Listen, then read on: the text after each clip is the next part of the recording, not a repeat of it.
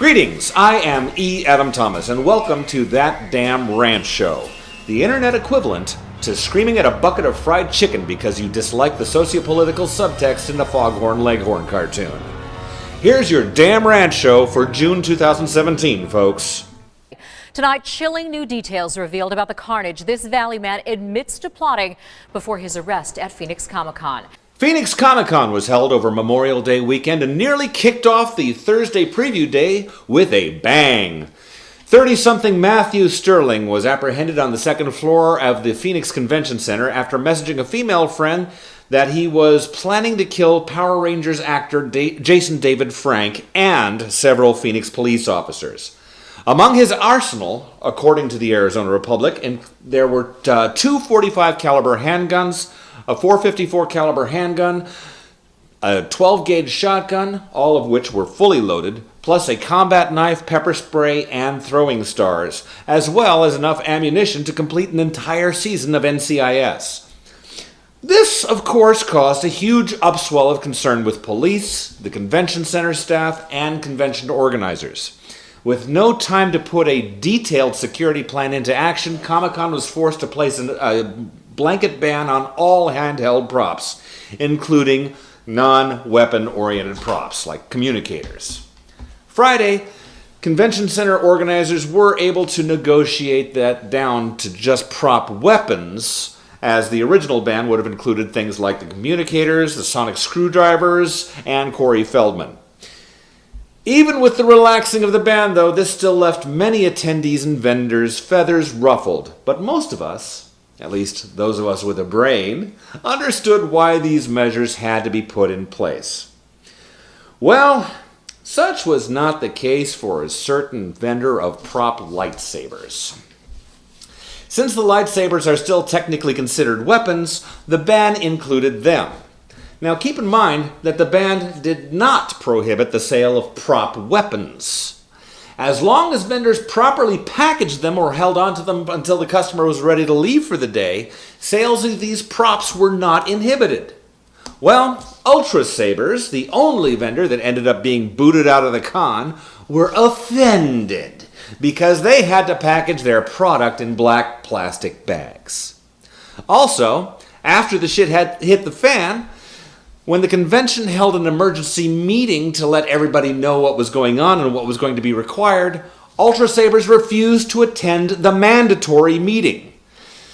It's Ultra Sabers' stated opinion that they were ejected from the con because they stood up for themselves and because Matt Solberg didn't like the way he was spoken to. What the Ultra Sabers propaganda flyer didn't mention is that they were also being combative with convention center staff and Phoenix police officers. Look, shitheels, you weren't kicked out because you didn't lick Matt Solberg's boots. You were kicked out for being a bunch of disrespectful fucktards who refused to comply with the conditions primarily imposed to prevent the convention from being shut down. See, this is why we can't have nice things. I am fully compassionate towards the vendors wanting to show their product in the best possible light, and having to put your cute little plastic sword in a plastic garbage bags when you sell them is no doubt a bit embarrassing.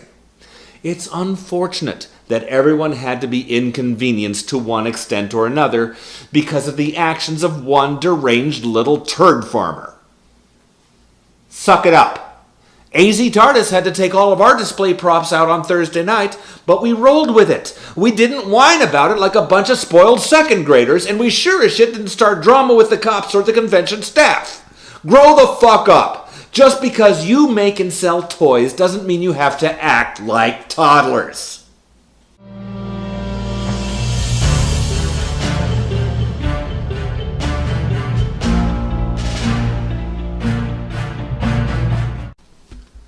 In other news, Kathy Griffin got her ass royally handed to her in a bucket loads after a photo was published of her holding what appeared to be the gruesomely decapitated head of President Donald Trump.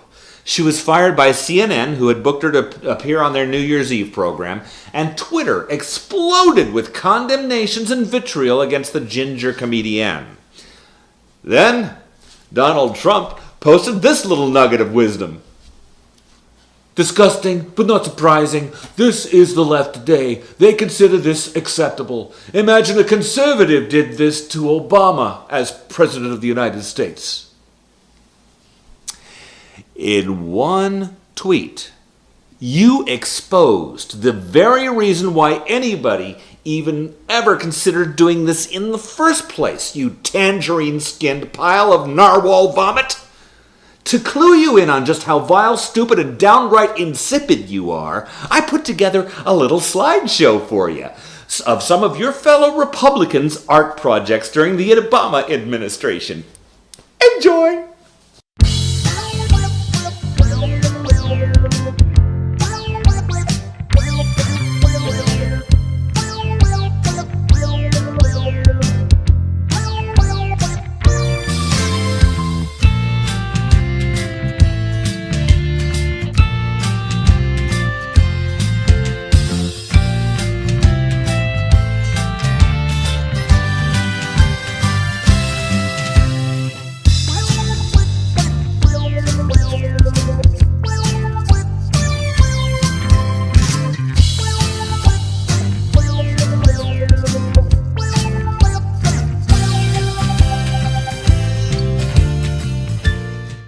Look, I'm not a big fan of Kathy Griffin. I find her annoying, shrill, and unfunny.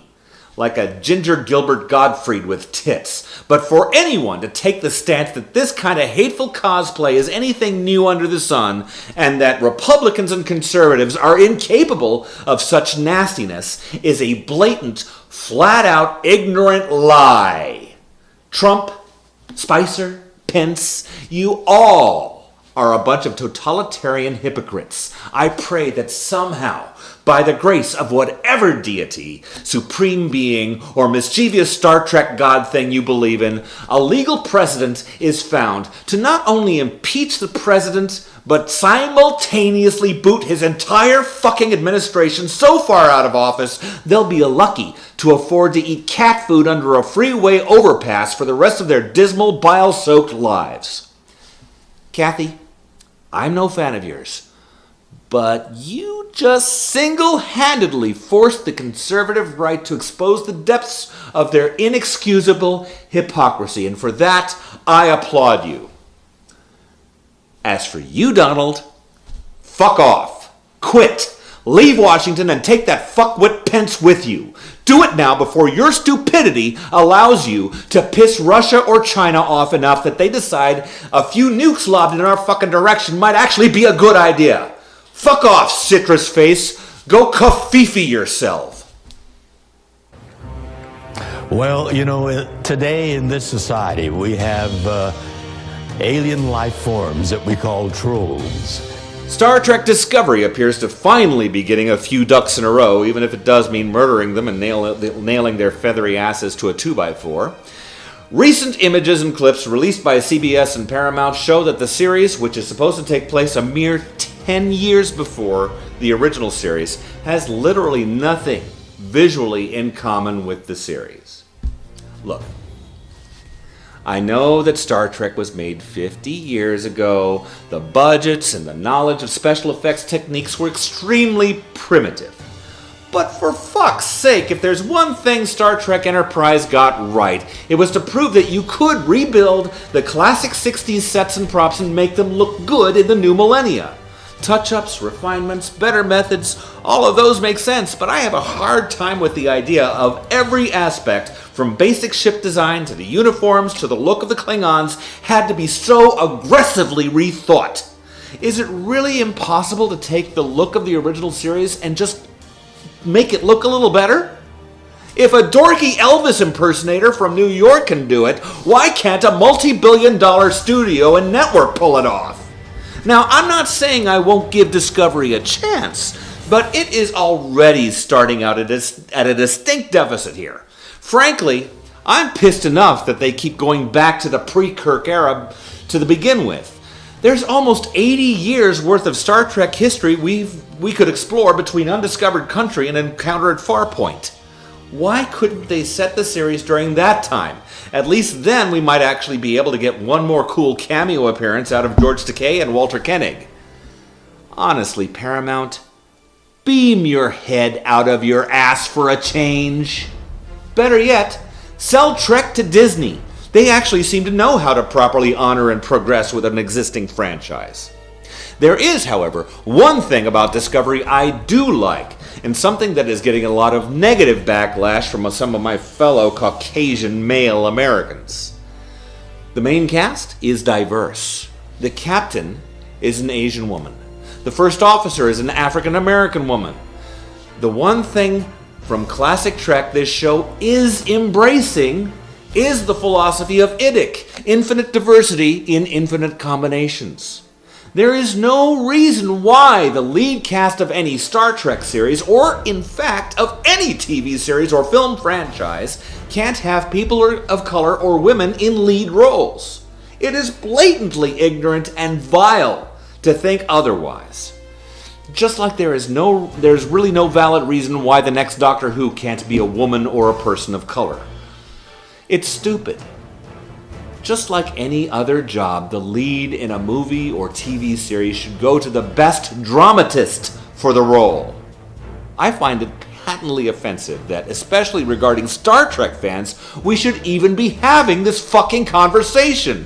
What in the name of Sarek is wrong with you assholes? Go wipe your ass with your Confederate flag and piss off. If anything I have said offended you today in some way, well, in the immortal words of Stephen Fry, so fucking what? If you agree with everything I said, awesome, great, whatever. Either way, let me know by commenting on this video, looking up that damn Rancho or Angry Men Reviews on Facebook, emailing me at boratom@gmail.com, find me on Twitter, whatever. I really want to hear from you, especially if I piss you off. Why does it keep going green on me? Oh well, it'll be invisible. Meanwhile, look for another damn rant show in July and more film rants to come. From all of us here at Angry Men Reviews, this is E. Adam Thomas saying, "Stay off my lawn, you little bastards!"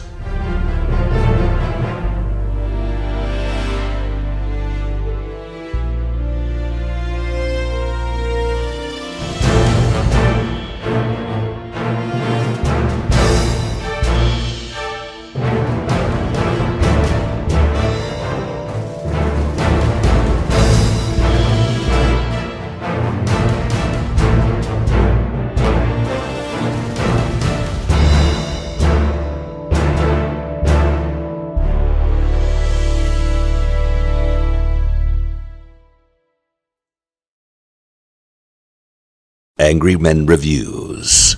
Many fucks said, no fucks given.